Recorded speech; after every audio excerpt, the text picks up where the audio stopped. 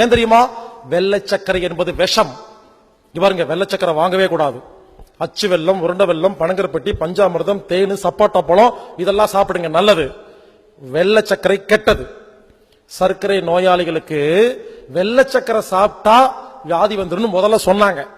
அது மாறி போய் சர்க்கரை நோயாளிகள் இனிப்பு சாப்பிட்டா அப்படின்னு மாத்தி விட்டாங்க.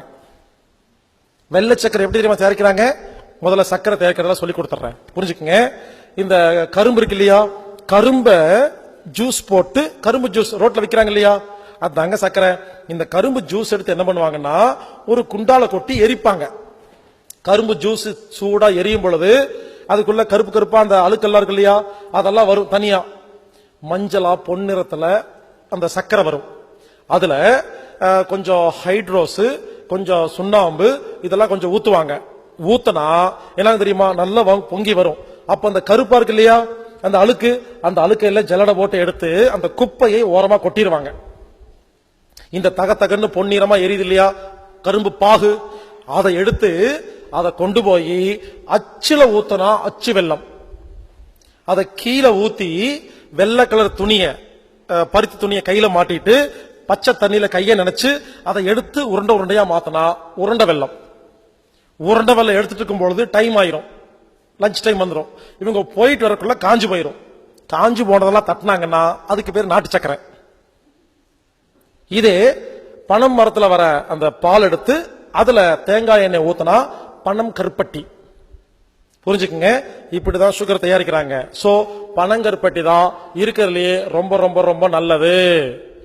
அடுத்தது அச்சு வெல்லம், உருண்டை வெல்லம், நாட்டு சக்கரை. இந்த நாட்டு சக்கரை ஏன் தெரியுமா கருப்பு அசிங்கமா இருக்குது?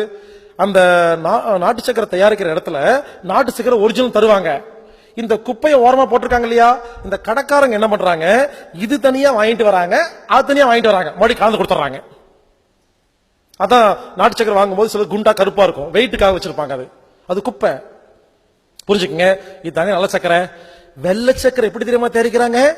இந்த நாட்டு சக்கரை இருக்கு இல்லையா, அது பாவு உருவாகுது இல்லையா, அதை எடுத்துட்டு போய் அதுல ஏகப்பட்ட கெமிக்கல் எல்லாம் கொட்டி, சல்பர் அப்படிங்கிற மிக கொடுமையான ஒரு கெமிக்கலை கொட்டி, அதை விடுங்க, சுடுகாட்டில் இருக்கிற எலும்பெல்லாம் இருக்கு இல்லையா, இந்த சுடுகாட்டுல அடிக்கடி தோண்டி தோண்டி வேற பணம் புதைக்கும் போது பல எலும்பெல்லாம் இருக்கு இல்லையா, இதெல்லாம் மூட்டை கட்டி வச்சிருப்பாரு அந்த வெட்டியான். இது ஏன் தெரியுமா? அதை ஒரு இடத்த ஒருத்தன் வாங்கிட்டு போவான், அது அங்க இங்க கை மாறி கடைசியா சக்கரை ஆலைக்கு போயிடும். எல்லா எலும்பையும் அதுல போட்டு அப்ப தாங்க வெள்ளை சக்கரை தயாரிக்கவே முடியும், தயாரிக்க முடியாதுங்க. எதுக்கு சொல்ல வரேன்னா, ஒரு சின்ன கேள்வி கேட்கிறேன். வெள்ளை சக்கரை ரேட் அதிகமா, பனங்கருப்பட்டி இல்ல அச்சு வெல்லம் இது ரேட் அதிகமா? உண்மையிலே சொல்ல போனா இந்த பனங்கருப்பட்டிய பல ப்ராசஸ் பண்ணி தான் வெள்ளை சக்கரை தயாரிக்கிறாங்க. அப்போ ப்ராசஸ் அதிகமா பண்ணும்போது ரேட் அதிகமாகுமா கம்மியாகுமா? அதிகமாகும். ஏன் ரேட்டு கம்மியாகுது? இங்க பாருங்க, 1 கிலோ நாட்டு சர்க்கரைய 15 கிலோ வெள்ளை சர்க்கரையா மாத்துறாங்க. அதுல கெமிக்கல் போட்டு கட்ட கட்டமா கட்டுறாங்க.